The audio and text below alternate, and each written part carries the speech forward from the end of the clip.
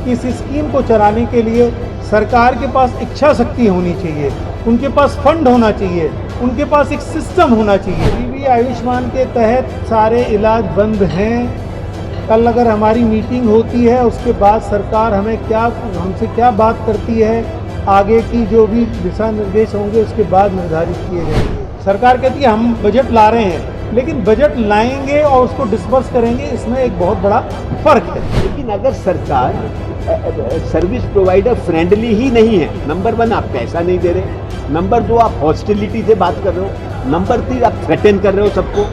तो आज पानीपत में Indian medical association Haryana branch द्वारा एक मीटिंग बुलाई गई और ऐसे में प्रेस कॉन्फ्रेंस की गई और साथ ही डॉक्टरों द्वारा सरकार को चेतावनी दी गई है कि अगर जल्द ही सरकार उनकी मांगे नहीं मानती है तो वो अपनी बातों पर अड़िग रहेंगे। और ऐसे में आप तस्वीरें देख सकते हैं, हरियाणा भर के अलग अलग अस्पतालों के डॉक्टर यहाँ पर मौजूद रहे हैं। तस्वीरें आपको दिखा रहे हैं पानीपत के एक निजी होटल की, जहाँ पर ये मीटिंग बुलाई जाती है, प्रेस कॉन्फ्रेंस की जाती है और सरकार को चेतावनी दी जाती है। सुनते हैं डॉक्टरों ने क्या कुछ मांग की है। जो जानकारी मिल रही है, सरकार ने कुछ पैसा रिलीज किया है तो वो सफिशिएंट नहीं है, बाकी ये क्या है, ये एक टाइम का मुद्दा नहीं है। आप दे दोगे अभी, फिर 6 महीने के बाद वही चालू रहेगा, तो कुछ का परमानेंट सोल्यूशन निकालना। अभी जनवरी में जब हमारा हरियाणा का करीब 500 करोड़ रुपया सरकार के बकाया था, तब हमने मुख्यमंत्री जी से, खुल्लर साहब से मीटिंग की थी। उस वक्त वो बकाया पूरा हो गया। हमने उनको कहा कि 2000 करोड़ रुपया, 2500 करोड़ रुपया इसका बजट रखिए, लेकिन बजट सरकार ने 700 करोड़ रुपया रखा। फिर उसी तरह की प्रॉब्लम 3 महीने बाद फिर आ गई। अब उन्होंने 6 महीने का जो बजट का पैसा है वो ऑलरेडी यूज़ कर लिया। अब आगे फिर 6 महीने क्या होगा?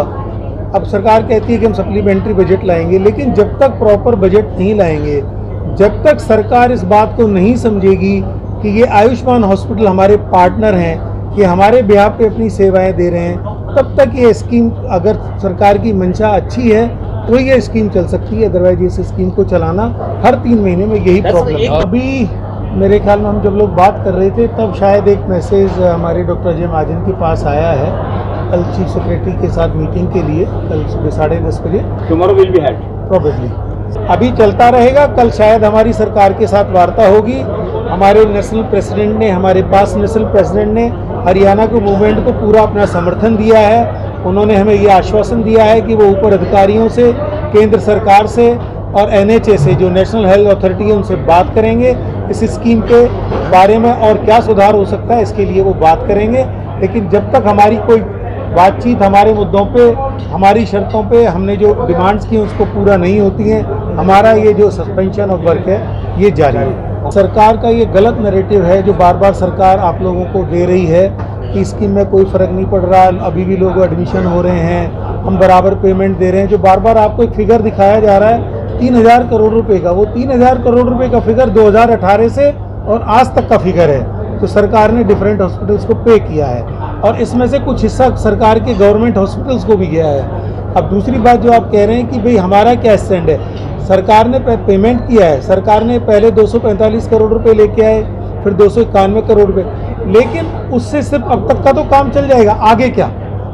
हमें 3 महीने, जैसे हम जनवरी में खड़े हुए, हमें फिर 3 महीने बाद खड़ा होना पड़ेगा। हमारे प्रेस मित्रों को समझना चाहिए, number 1 Indian medical association is for universal health system, जिससे अगर हर सिटीजन को यहाँ पर कोई किसी प्रकार की हेल्थ सर्विसेज मिले, जो दूर से दूर लोग रहते हैं उनके लिए कोई स्कीम सरकार लाए जहाँ वहाँ तक पहुँच सके।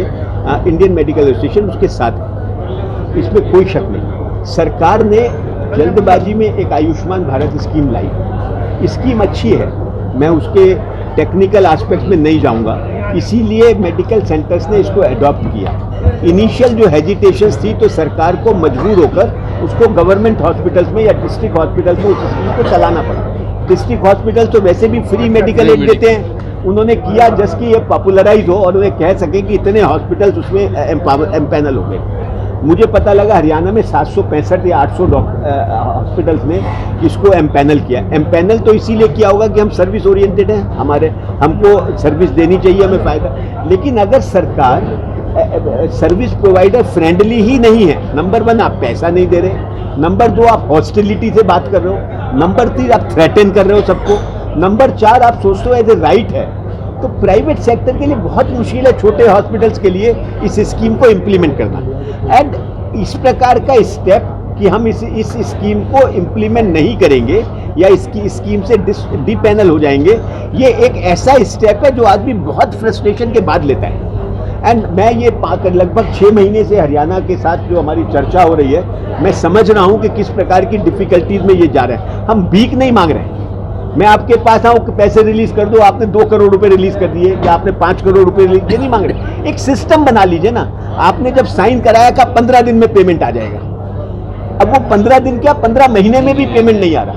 अगर पेमेंट नहीं आएगा और पेशेंट्स आपके वहाँ पर दाखिल होंगे, 15-20 बेड का अस्पताल है, उसमें 20 पेशेंट अगर आपने पूरे आयुष्मान भारत वाले एडमिट हो गए, खर्चे कहाँ से चलेंगे, पेमेंट्स कहाँ से मिलेंगी, बाकी चीज़ें कहाँ से मिलेंगी।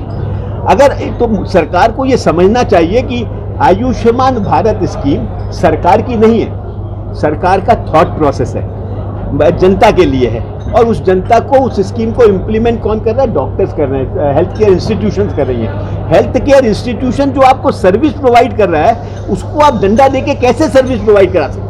आप पत्रकार हैं, आपको कोई डंडा मार के कुछ लिखवा सकता है क्या? नहीं लिखवा सकता। सेम चीज वही हमारे साथ है। अभी इलाज सर ये बंद रहेगा, अपना फैसला क्या फैसला लिया गया? देखिए, IMA हरियाणा ने ये फैसला लिया है 700 हॉस्पिटल्स में, 700 साढ़े 700 हॉस्पिटल, जब तक एक प्रॉपर डायलॉग गवर्नमेंट के साथ नहीं होगा और गवर्नमेंट इनकी सेंसिटिविटी को समझेगी नहीं और कोई पेमेंट का स्ट्रक्चर नहीं बनाएगी, तब तक ये मजबूर हैं उस स्कीम को इम्प्लीमेंट करने के लिए। प्रॉम्प्ट पेमेंट के अलावा कुछ और भी डिमांड्स हैं आपकी? जी, एक तो पेमेंट तो मेन डिमांड है, दूसरी चीज जिस प्रकार से इसको इम्प्लीमेंट किया जा रहा है। जी, आपको एक सिस्टम बनाइए, जैसे मान लीजिए एक इमरजेंसी में एक पेशेंट आ रहा है, वो आयुष्मान कार्ड लेके आ रहा है, ठीक है। 10 दिन बाद जब पेमेंट के बाद, पहले तो वो पेड उसमें स्ट्रक्चर में आता है, 10 दिन के बाद जब छुट्टी हो रही है वो आयुष्मान कार्ड आपको दिखा देता है, वो गलत है। जिस समय आप पेशेंट आ रहा है उसके पास आयुष्मान कार्ड है, वो आयुष्मान कार्ड ठीक है। You can't blackmail A institution by saying this कि आपने डीलक्स इंस्टीट्यूशन में डीलक्स बेड बुक कर लिया और जब पेमेंट का स्ट्रक्चर है आपने आयुष्मान कार्ड दिखा दिया। उसके बाद इन पे पॉलिटिकल प्रेशर, MLA का प्रेशर, कॉर्पोरेशन का प्रेशर, DGHS का प्रेशर, उनका प्रेशर, वो सब ठीक नहीं है। तो मुझे लगा कि ये छोटी छोटी बातें हैं, बट इसका इम्प्लीमेंटेशन अगर हॉस्पिटल फ्रेंडली होगा, डॉक्टर फ्रेंडली होगा, मरीज फ्रेंडली होगा, बहुत अच्छी स्कीम है, अच्छी चलेगी। सर, डॉक्टर के रेट से कुछ कम पेमेंट का भी इशू आ रहा है कि रेट्स डेफिनेटली नेशनली हम इसको लड़ रहे हैं। अभी डॉक्टर साहब ने बताया, डॉक्टर अरोड़ा से मिले, उनसे मिले इसीलिए कि रेट्स को रिवाइज किया जाए। ये रेट्स किसी भी स्टेट में एक्सेप्टेबल नहीं है। तभी मैंने बताया दिल्ली में सिर्फ 72 हॉस्पिटल्स ने इसको लिया है, कई इंस्टीट्यूशन में अभी हॉस्पिटल्स ने इम्प्लीमेंट ही नहीं किया, थोड़े थोड़े लोगों ने किया। इस स्कीम को 5-6 साल हो गए लागू किए हुए। उसके बाद अगर इसकी एक्सेप्टेंस कम है तो सरकार को इस पर रीथिंक करना चाहिए कि इसकी एक्सेप्टेंस क्यों कम है। और अगर प्रैक्टिकल, मैं तो कहता हूँ कुछ नहीं करिए, अगर आपका एक प्रोसीजर का गवर्नमेंट हॉस्पिटल में जो खर्चा आता है वो खर्चा तो आप देंगे ना प्राइवेट सेक्टर को। किसी भी आप डिस्ट्रिक्ट हॉस्पिटल में एक डिलीवरी का खर्चा नाप लीजिए, वो खर्चा आप हमें दे दीजिए, हमें मंजूर है। मैं आपको बताता हूं कि 9,000 रुपए में सिजेरियन सेक्शन, 5 दिन का स्टे हॉस्पिटल में, दवाइयां मिलाकर कहां से होगा? और फिर उस पे क्या होगा? उस पे होगा कि आपने ये 9,000 rupees free hospital, government hospital में भी नहीं होता है जहाँ फ्री इलाज होना चाहिए। सवाल प्रैक्टिकल अप्रोच का है। अच्छा, मैं फिर रिपीट कर रहा हूँ, अच्छी स्कीम है, जनता तक जानी चाहिए, लेकिन सरकार को इस पे बार बार चर्चा करनी चाहिए स्टेक होल्डर से। तो आपको बता दें कि निजी अस्पताल काफी दिनों से आयुष्मान योजना के तहत इलाज नहीं कर रहे हैं, क्योंकि डॉक्टरों द्वारा कहा गया है कि उनका पैसा रोका गया है, उन्हें उनके पैसे नहीं दिए जा रहे हैं और ऐसे में वो चाहते हैं कि जल्द से जल्द उनकी मांगे मानी जाए। वहीं IMA के सदस्य व प्रेम अस्पताल के डायरेक्टर पंकज मुटनेजा भी यहां पर मौजूद रहे। उन्होंने क्या कुछ बताया वो भी आपको सुनवाते हैं। देखो, आज हमारे 17 दिन हो गए हैं आयुष्मान भारत के एंटरटेन नहीं हो पा रहे।